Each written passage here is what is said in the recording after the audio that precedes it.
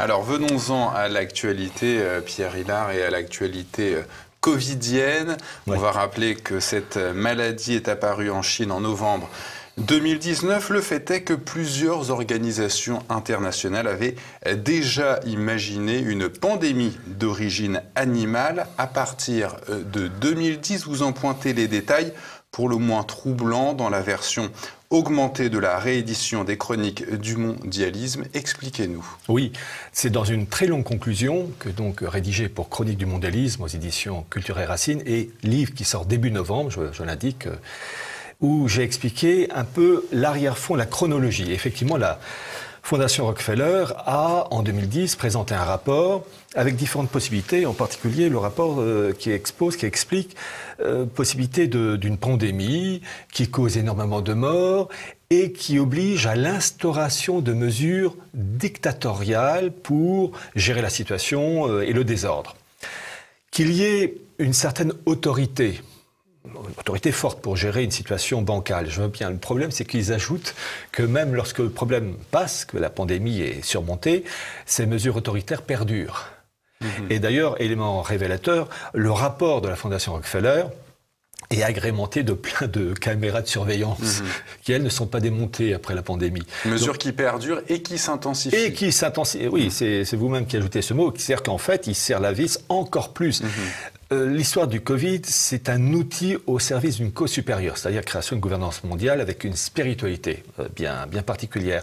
Et cette histoire de la Fondation Rockefeller, qui donc initie cette chose-là en 2010, eh bien, cette histoire a été reprise dans une bande dessinée éditée par l'Union européenne sous l'égide de Jean-David Morvan, avec le titre Infected, infecté, qui raconte l'histoire d'une pandémie qui part de Chine, curieux, ça aurait pu être le Pérou, le Groenland, les îles Maldives. Non, c'est la Chine, avec énormément de morts.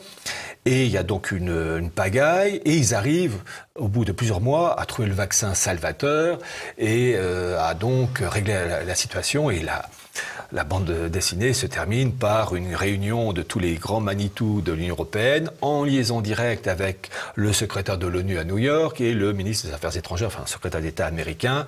Et tout ça se termine sous les flonflons pour dire, en gros, on a dominé et réglé la situation, mais ça va nous aider aussi à instaurer une mesure unique pour gérer les problèmes de santé à l'échelle planétaire. En fait, ces problèmes sont utilisés pour mettre en place des mesures qu'on ne pourrait pas installer si le problème n'existait pas. Donc, bienvenue le problème. Vous estimez, Pierre Hilard, que l'apparition de cette pandémie, le Covid-19, et son utilisation pour imposer un confinement général, des mesures liberticides, l'effondrement des économies mondiales n'est qu'un phénomène déclencheur, mais pour déclencher quoi? Pour aller vers quoi? Bon. L'histoire de ce Covid qui est apparu fin 2019, voyez-vous, c'est au mois d'août 2019 que j'ai pris conscience qu'il y aurait un événement déclencheur. Ça, certes, je le savais. J'ai toujours su que pour mettre en place pour passer d'un monde à un autre, il faut ce que j'appelle l'allume-gaz. Il faut un événement brutal, un événement qui tape dur, qui oblige à passer d'un monde à un autre. Bon.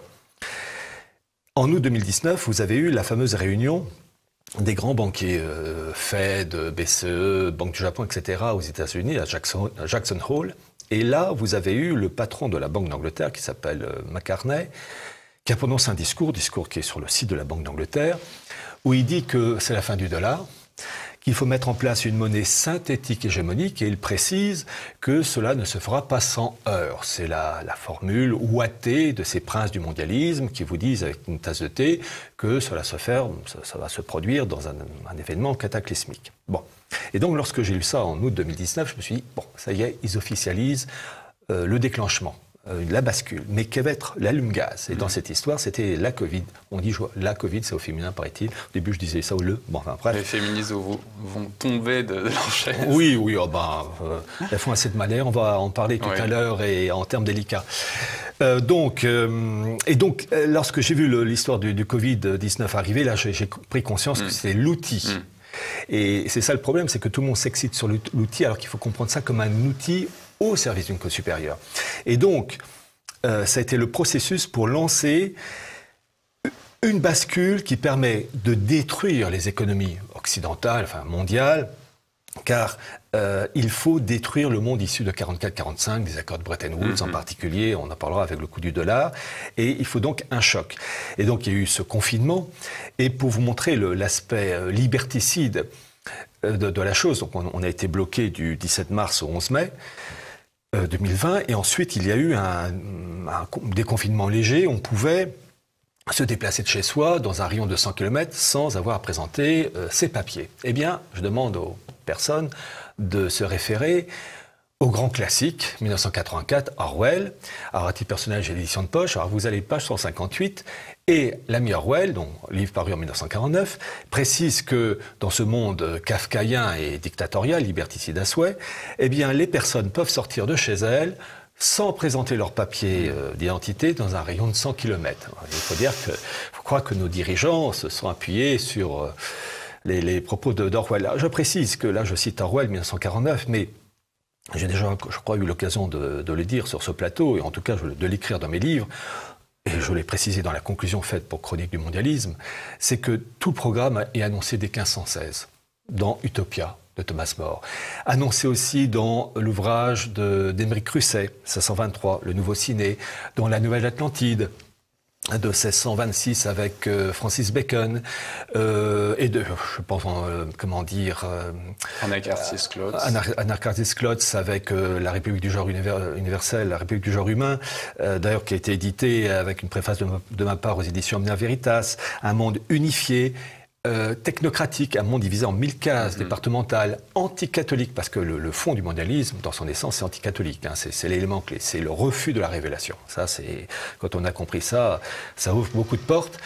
Mais il ne faut pas trop les ouvrir, parce que sinon on choque certains. Donc, bien comprendre ça, et parmi les ouvrages qui annoncent et qui expliquent la situation actuelle, et on n'est qu'au début, j'en parle dans un de mes livres, Atlas du mondialisme. Il faut lire le livre de 1912 du colonel House, Philippe Dru, administrateur, qui explique, dans le cadre d'une gouvernance mondiale en préparation... Colonel House, qui était le conseiller... du président Wilson. Et d'ailleurs, le fameux 14 points du président Wilson, c'est pas Wilson, c'est Colonel House. Petite précision, Colonel House, donc 1912, qui raconte, suite à une guerre violente aux États-Unis, une guerre civile, qui raconte un coup d'État, Philippe Dru, issu de West Point, le Saint-Cyr américain, et qui met en place une dictature avec abolition de la Constitution américaine et met en place un système politique et économique qui aurait plu, je le cite, même à Karl Marx.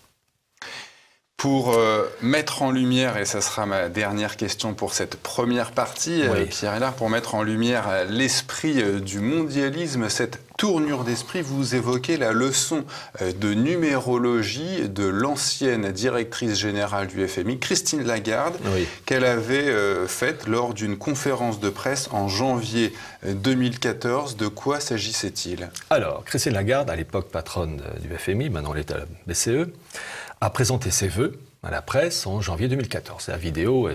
Les vidéos sont sur YouTube. Et on lui a refilé quelques recommandations. Et d'ailleurs, elle-même le dit tout au début de la tribune, où elle met en valeur l'importance du chiffre 7. Alors elle dit, nous sommes en 2014, donc que ça va faire 70 ans qu'ont eu lieu les accords de Bretton Woods, 1944, qui instaurent donc le dollar comme monnaie de référence. Et elle dit, enlevez 0 et il reste 7. D'ailleurs, elle dit 2014, enlever 0, 2, 1 et 4, ça fait 7. Enfin bref, elle fait l'apologie du chiffre 7. Alors il faut savoir que dans le mondialisme... Et pourquoi cette personne, qui est à l'origine avocate, s'intéresse à cette science numérologique? Alors, comme vous le savez, ceux qui nous dirigent, que ce soit les hommes politiques, les dirigeants financiers, etc., ne sont que les porte-paroles. Les vrais patrons sont dans les coulisses. Je citais tout à l'heure Alfred Milner, il est inconnu au bataillon, et pourtant c'est grâce à Quickley qu'on sait, puisque, par exemple, la fameuse déclaration Balfour de 1917, celui qui l'a rédigée, ce n'est pas Arthur James Balfour, c'est Alfred Milner. Et on l'a su grâce au secrétaire privé de Balfour, qui l'a annoncé lors d'un discours au Parlement britannique en 1937. Et c'est Milner. J'allais dire que Christine Lagarde n'est que l'employé, porte-parole, plus ou moins habile, plus ou moins efficace, de l'oligarchie qui mène le monde. Et donc on lui a dit, Christine, il va falloir faire l'apologie du chiffre 7. Ah bon, oui chef. Bon, d'ailleurs on sent au début, on la voit, elle est un peu à la fois agacée, amusée, puis un peu désorientée. Mais le chiffre 7 est très important. Lorsqu'on parle de James Bond 007, vous enlevez les 0, il reste le chiffre 7. Mais pourquoi le chiffre 7 ? Pourquoi pas James Bond 00215 ou 3027 ? Le 7, dans l'esprit de la Kabbale, qui est donc l'esprit du mondialisme, eh bien, exprime l'idée de complémentarité. Je pense à quelque chose, peu importe. Et ce chiffre 7, on le retrouve dans les documents qui était adressé à la reine Élisabeth Ier, donc là on est au XVIe siècle, par son conseiller et espion John Dee, D2E, qui était un kabbaliste et aussi un espion, donc qui fournissait ces documents. 007, les 00 représentaient les yeux réservés uniquement à la reine, donc il s'adressait uniquement à la reine Élisabeth Ier, et le chiffre 7, idée de totalité, il disait tout à la reine. Eh bien, ce chiffre 7... et le chiffre traditionnel, et donc, comment elle s'appelle, Christine Lagarde, on lui a conseillé de parler de l'importance du chiffre 7, et chose intéressante, et d'ailleurs je le précise dans la conclusion de Chronique du mondialisme, elle parle donc de 2014, et lors de ce discours de l'importance du chiffre 7, or, comme par hasard, 7 ans plus tard, 2021, c'est l'année de la grande réinitialisation, et on va en le parler. fameux Great Reset, voilà, c'est ça. Dans un instant, c'est pas l'effet du hasard. En attendant, on va faire une courte pause, on se retrouve dans un instant.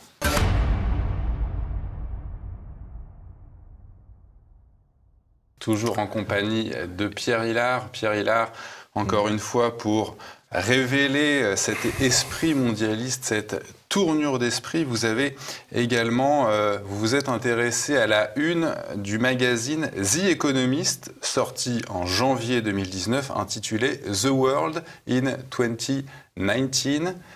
Est-ce que vous pouvez nous... voilà, mais du coup, comme c'est en anglais, je fais la totale en anglais. Est-ce que vous pouvez nous décrire ce qu'on voit sur cette une ? Alors, effectivement, dans cette conclusion, j'ai apporté quelques informations concernant donc les éléments qui décorent la couverture de The Economist, Le Monde pour 2019. Et évidemment, tout cela n'est pas anodin. Vous avez par exemple le profil d'un homme à la tête rasée, et vous avez des traits qui partent du menton, de la bouche, du nez, des orbites oculaires et du front, et qui prolongent donc le visage. Et il est écrit à l'envers, comme le faisait Léonard de Vinci d'ailleurs, l'expression reconnaissance faciale. Donc on voit déjà cette marque on repère, on fixe les caractéristiques d'une personne. Bon. Vous avez aussi des chevaux, le chevaux de l'Apocalypse, avec une tête de mort. Vous avez aussi un cheval. Tout ça avec le style des dessins de Léonard de Vinci. Oui, la référence Léonard de Vinci, d'où d'ailleurs les inscriptions à l'envers, parce que quand Léonard de Vinci écrivait, c'était à l'envers. Il faut prendre un miroir pour lire. Bon. Et vous avez donc des repères. Vous avez par exemple la cigogne qui porte un sac dans son bec. La cigogne, c'est celle pour les enfants qui apportent les bébés. Et là, vous avez en fait sur le sac un code barre suivi d'une série de chiffres. Et le code barre, c'est la marque numérique pour marquer les nouveau-nés. On en parlera dans le cadre de l'idée 2020. Référence à la GPA. Oui, puis l'idée 2020, l'Institut pour marquer numériquement les enfants, qu'il y ait une trace. Bon. Et puis surtout, vous avez, en référence à Léonard de Vinci, vous avez l'homme de Vitruve. Alors, l'homme de Vitruve, pour ceux qui ne le verraient pas, c'est un homme debout, avec, les bras et les jambes en mouvement. Ce qui fait qu'il y a 2 bras à droite, 2 bras à gauche et les jambes multiples. Bon. Et quand on regarde cet homme de Vitruve sur la couverture de 2019, il est à la fois dans un rond et un carré. Et ça, c'est un symbolisme maçonnique. Le carré représente le monde physique et le cercle, le monde moral. Bon. Et cet homme de Vitruve, vous avez sur sa poitrine MeToo. Vous savez, ce mouvement féministe qui lutte, avec raison, contre tout ce qui est viol et abus contre les femmes. La chose en elle-même, elle est bonne. Mais c'est toujours le même principe, partir d'un principe juste et le dévier. Ces mouvements féministes, donc MeToo, qu'on voit sur la poitrine de l'homme de Vitruve, ça a pour objectif de détruire la famille. traditionnelle et de réduire l'influence, et même de détruire l'influence de l'homme, du père de famille. Et d'ailleurs, vous avez Sylvain Durin dans Le sang qui nous lie, aux éditions Verbeau, qui explique ça très bien. Donc c'est en fait pour détruire un concept de famille traditionnel aux dépens du père. Vous avez aussi, dans un des bras, droit ou gauche, peu importe, vous avez à la fois, une balle. Une balle, ça c'est tout ce qui est jeu, et vous avez aussi du hashish, du pain et des jeux. De cannabis. Voilà, du hashish, cannabis, oui. Et donc tout ça c'est fait pour à la fois présenter le côté des pains et des jeux, c'est-à-dire on distrait les gens et puis en même temps on les étourdit avec les drogues. Puis l'autre, vous avez le smartphone, l'importance du smartphone pour contrôler les gens. On verra ça dans le cas du vaccin avec les nanoparticules. Smartphone avec une balance déséquilibrée. Voilà.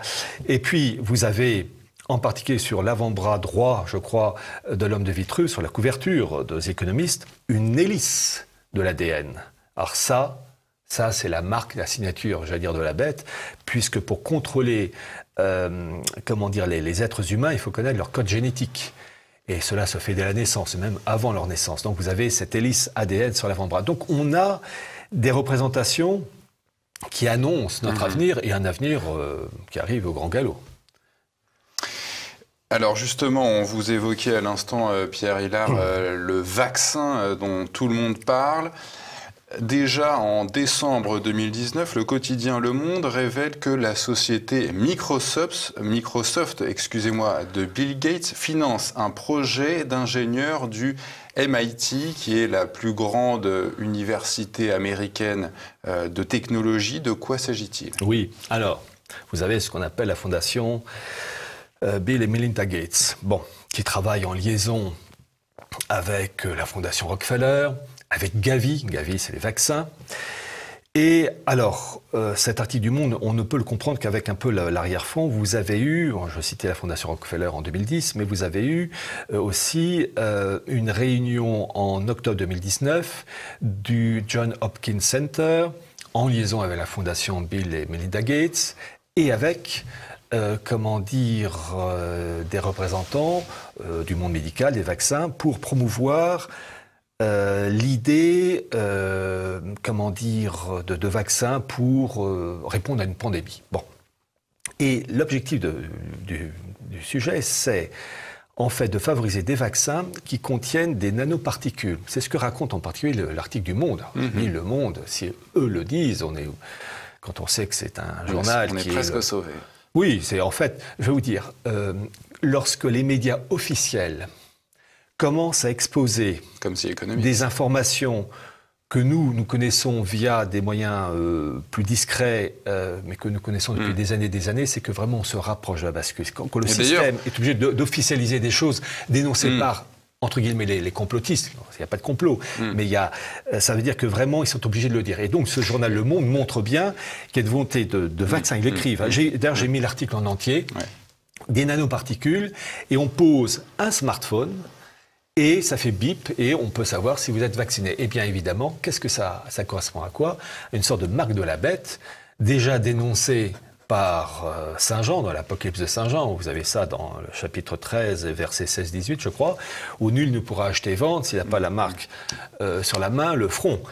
Et c'est particulièrement grave, parce que la fondation Gates, en liaison avec tous ces mouvements, ces organismes, et travaille en liaison aussi avec Microsoft. Alors, Microsoft, créé évidemment par Bill Gates, et ils ont, au mois de mars 2020, mis en place un brevet qui a pour objectif de pouvoir contrôler l'activité corporelle des gens en fonction de l'injection de nanoparticules dans leur corps.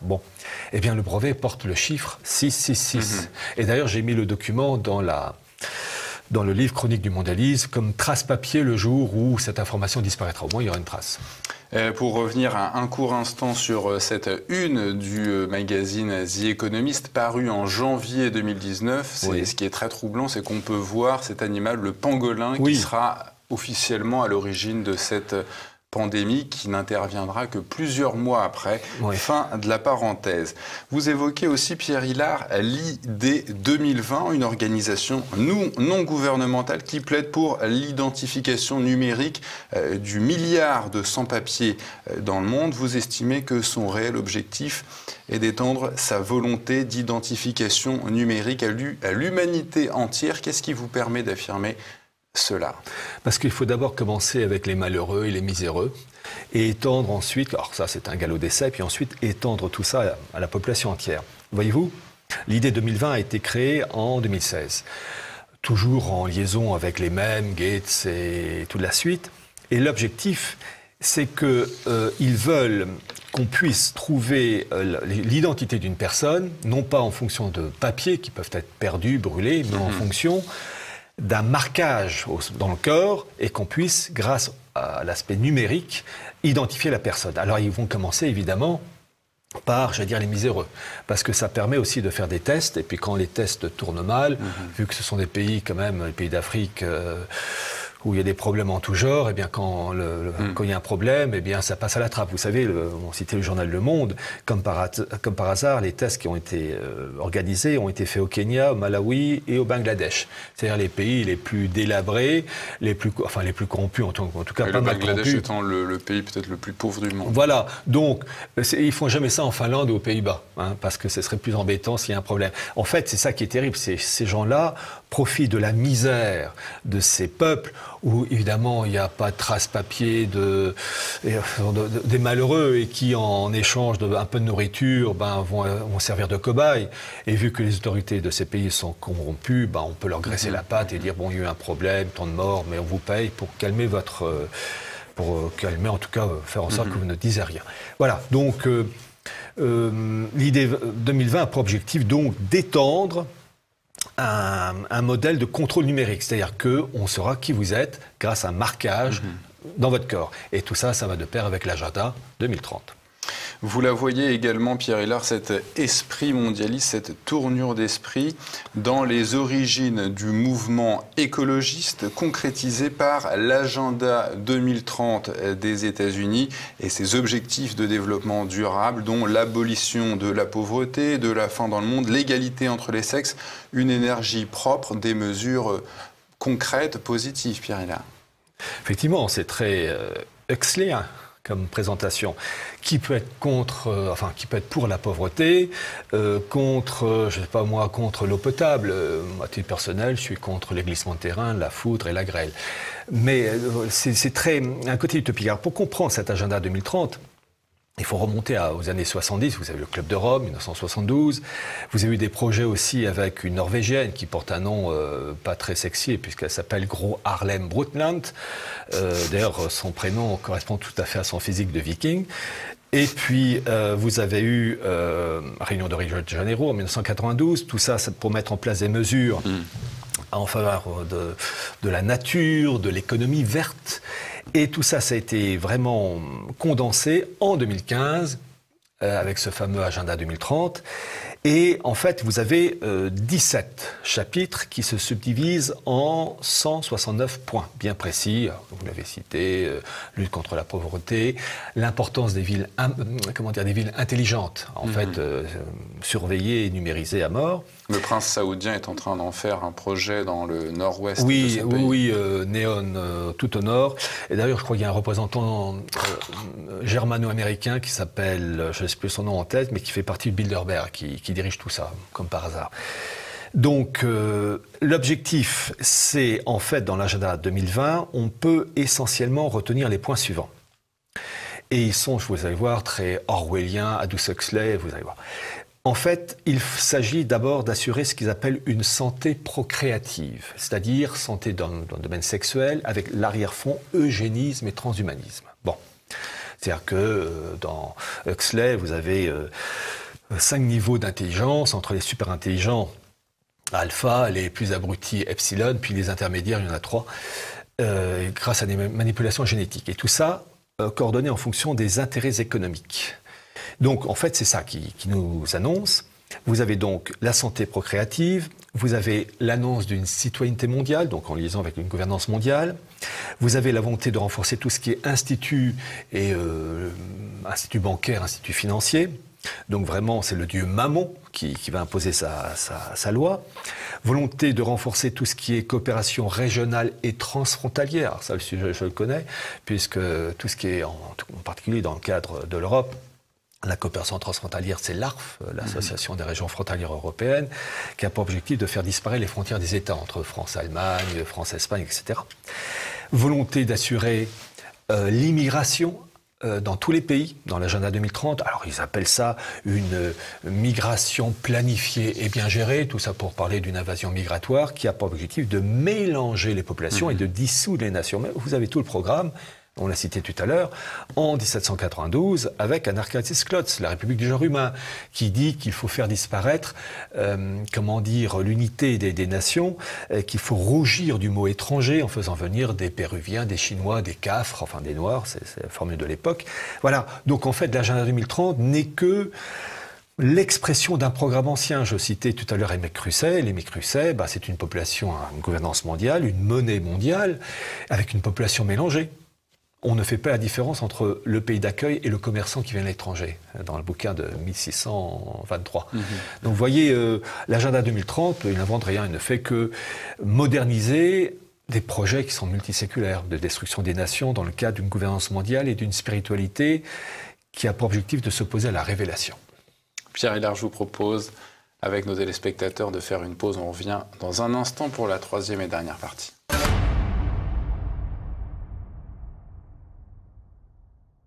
Toujours en compagnie de Pierre Hilard, on va maintenant parler de l'actualité récente. Pierre Hilard, en la personne de Kristalina Georgieva, celle qui a succédé, excusez-moi, à Christine Lagarde à son poste de directrice générale. Le 3 juin dernier, elle annonce les ambitions de son institution à travers ce qu'elle appelle la grande réinitialisation. Qu'est-ce qu'elle entend par là ? Alors, d'abord, le discours qu'elle a tenu, il faut citer deux personnages. Elle s'est adressée donc devant un parterre de personnes acquises à la cause mondialiste, mais il y avait deux représentants. J'ai cité, en particulier grâce au bouquin de Carol Quigley, l'importance de l'oligarchie anglo-saxonne et de la monarchie anglaise au XVIIe siècle. Comme par hasard, qui était présent ce discours de la présidente Georgieva en juin 2020, le prince d'Angleterre, le prince Charles. Donc on a une parfaite continuité de la monarchie britannique depuis Cromwell, et même bien avant, mais surtout depuis Cromwell, dans cette histoire du mondialisme. Ça, c'est la première chose. Deuxième personne qui vraiment assistait à cette conférence, c'est l'Allemand Klaus Schwab, le patron du Forum économique mondial de Davos, qui devait faire une réunion en janvier 2020 pour se lancer cette fameuse grande réinitialisation, mais réunion qui est repoussée à l'été prochain. Bon, donc comme par hasard, les deux personnages clés qui assistent à ce discours. Et qu'est-ce qu'elle dit ? Elle dit en gros, il faut favoriser l'aspect numérique dans tous les domaines. Il faut favoriser tout ce qui est investissement privé et public, freinant, qui soit favorable à tout ce qui est limitation du carbone. Donc, toutes les entreprises qui produisent du carbone, au kilo, si je puis dire, auront un avenir, n'auront pas d'avenir. Donc, finalement, c'est l'annonce de la production de masse et de la consommation de masse. Et puis elle ajoute aussi l'importance de l'éducation pour diffuser cet idéal d'économie verte. Voilà. Donc c'est une véritable bascule. Le monde, né en 44-45, le roi dollar, doit être détruit. Et d'ailleurs, je rappelle une chose. Le programme, il a été annoncé en janvier 1988 dans la revue The Economist. J'ai publié, j'ai la classe du mondialisme aux éditions donc Culture et Racines, qui sort donc début octobre, et qui présente en particulier la couverture de janvier 1988, où vous avez l'annonce d'une monnaie mondiale, Phoenix, à l'horizon 2018, donc je rappelle 30 ans avant, en 1988-2018, alors à l'horizon 2018, avec toujours la marge pour laisser la possibilité de faire ça en 2019, 2020, 2021, 2022. Mais surtout, cette monnaie mondiale, Phoenix, naît de la destruction du monde de 44-45, puisque vous avez des dollars, des yens et des marques qui brûlent, et des cendres et des flammes naissent le nouveau monde, cette fameuse réinitialisation, avec cette monnaie mondiale, Phoenix, qui avait été monnaie mondiale déjà proposée par Keynes en 1944, lors des accords de Bretton Woods, qui voulait le Bancor. Et donc monnaie mondiale. Et son opposant américain, Dexter White, ne le souhaitait pas. Or, chose très intéressante, en 2010, vous avez Strauss-Kahn, à l'époque donc patron du FMI, qui avait présenté dans un rapport d'avril 2010 intitulé Reserve Accumulation, pages 26 et 27, le projet d'une monnaie mondiale Bancor aux dépens du dollar.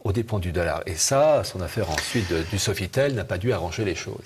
Alors Pierre Hillard, je voulais qu'on aborde cette question un peu après, mais puisque vous l'abordez maintenant, allons-y. J'ai interrogé l'économiste Jacques Sapir il y a quelques semaines à partir de là, sur cette possibilité de l'émergence d'une monnaie mondiale.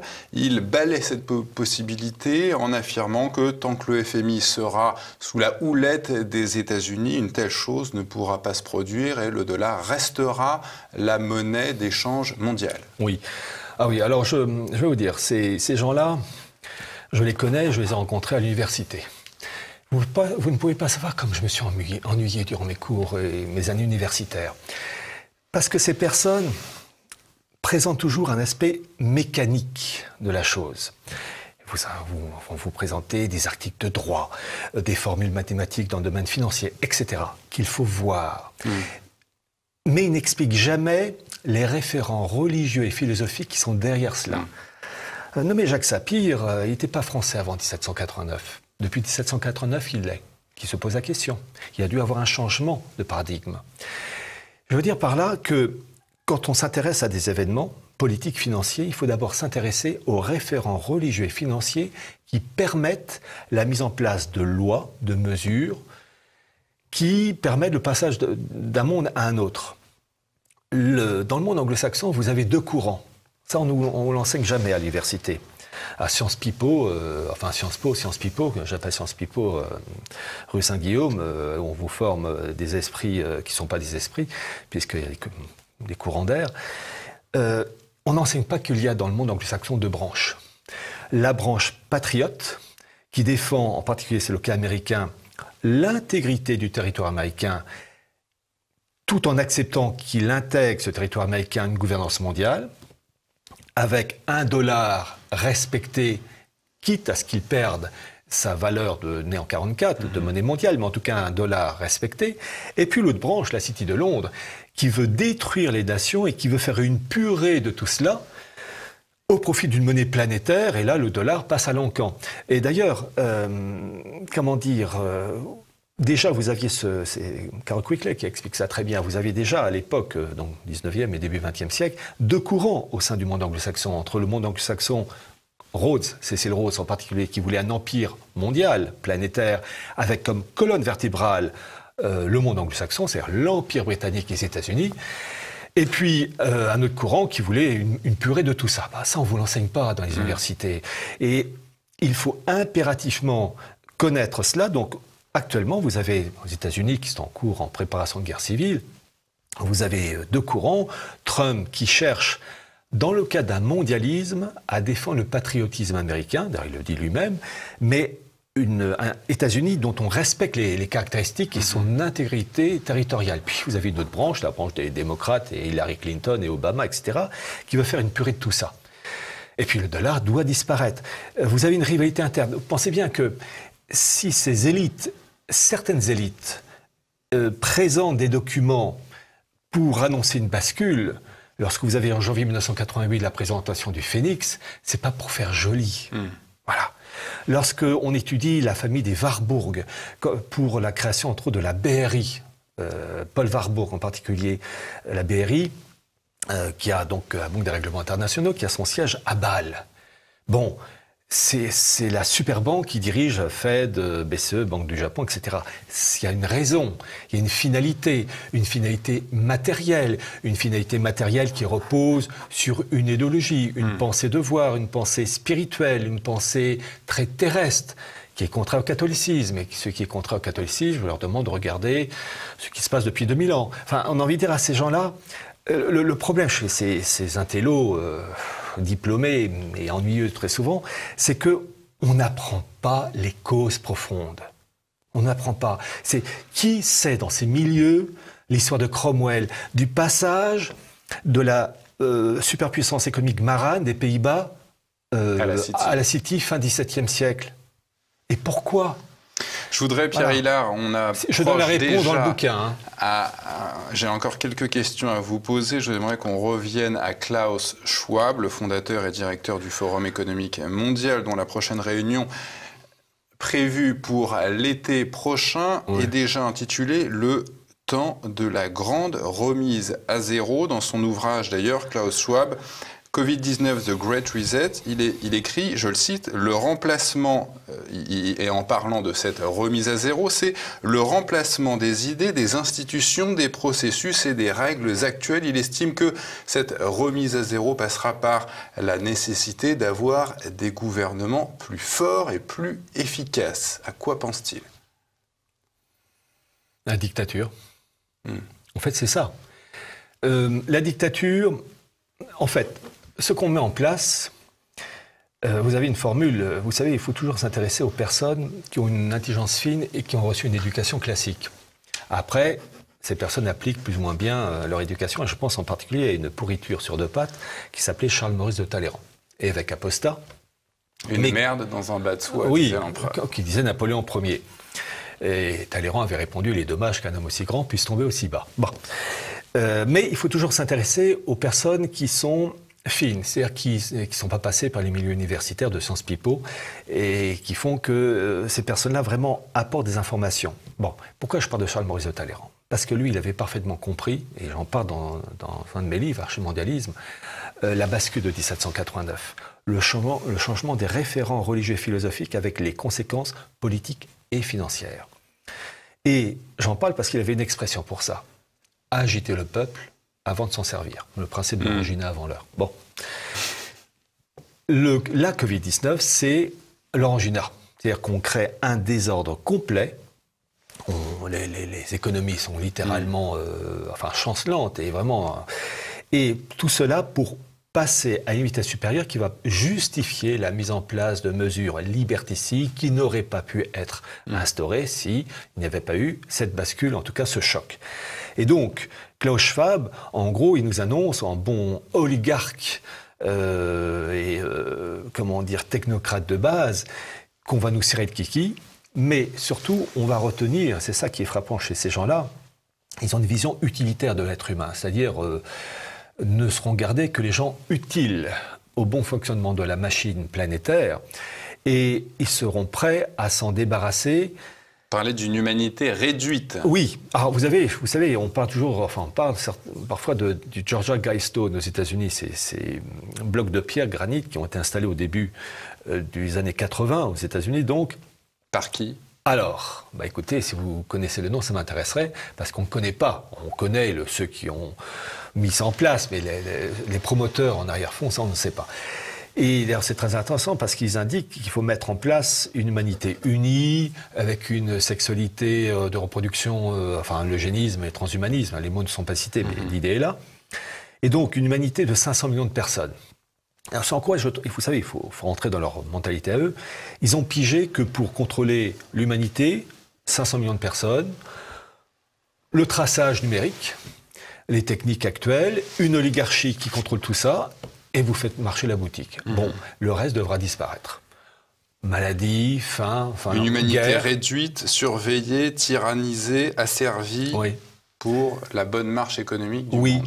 Et surtout, il y a une chose, alors ça c'est peut-être le plus dur à expliquer, dans leur esprit à eux, de ces élites messianiques, avec un arrière-fond satanique, c'est que le fait de laisser mourir des gens, c'est une offrande.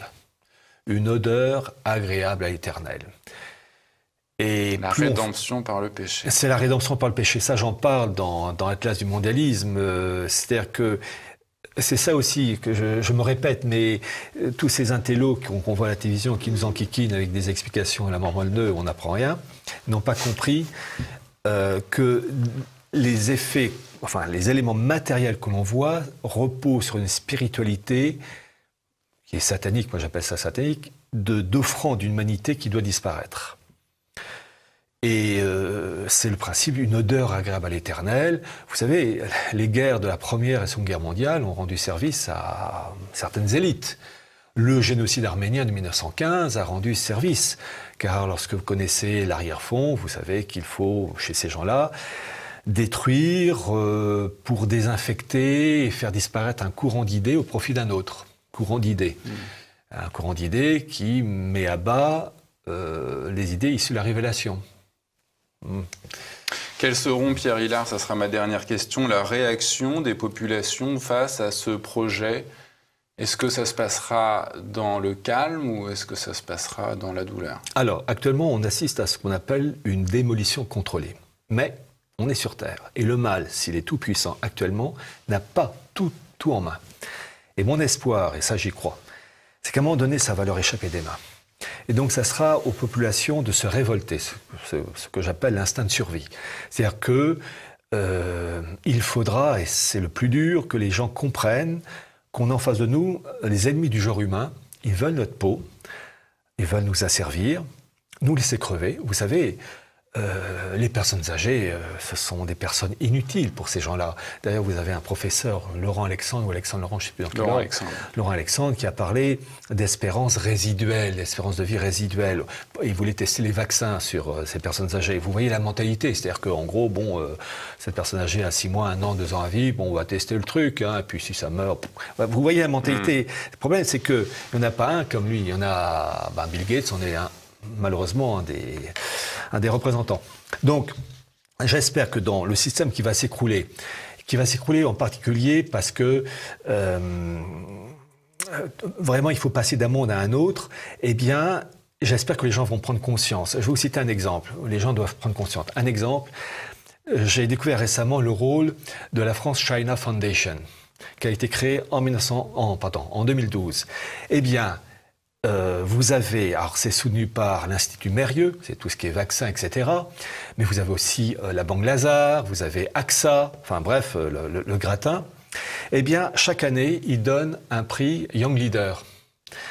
Alors, il y a plusieurs heureux bénéficiaires, chinois et français. Pour l'année 2019, celui qui a reçu ce prix Young Leader, c'est Olivier Véran. En 2013, c'est Ministre de la Santé. Ministre de la Santé. Édouard Philippe, en 2013, a été Young Leader de la fondation de la France China Foundation. Et donc, vous avez vraiment une élite qui est cooptée, choisie, et qui a un objectif, imposer un ordre, et c'est ça qu'il faut comprendre, un ordre mettant à bas l'héritage de la révélation. Pierre Hilard, pour terminer cet entretien, je rappelle le titre de vos ouvrages réédités chez Culture et Racine, Chronique du mondialisme, Atlas du mondialisme, et cet ouvrage dont vous avez signé l'avant-propos, Histoire secrète de l'oligarchie anglo-américaine, du professeur Carroll Quigley, à paraître en novembre prochain. Non, Quigley, il est déjà sorti. Vous pouvez l'avoir.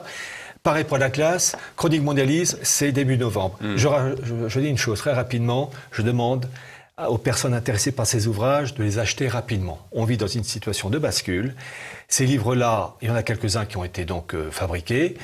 C'est pas sûr qu'ils soient réimprimés, vu la situation, des blocages, etc. Donc dépêchez-vous de vous les procurer, au moins de les avoir. Peut-être qu'il n'y aura pas un autre tirage. Merci Pierre Hilard d'être venu sur notre plateau.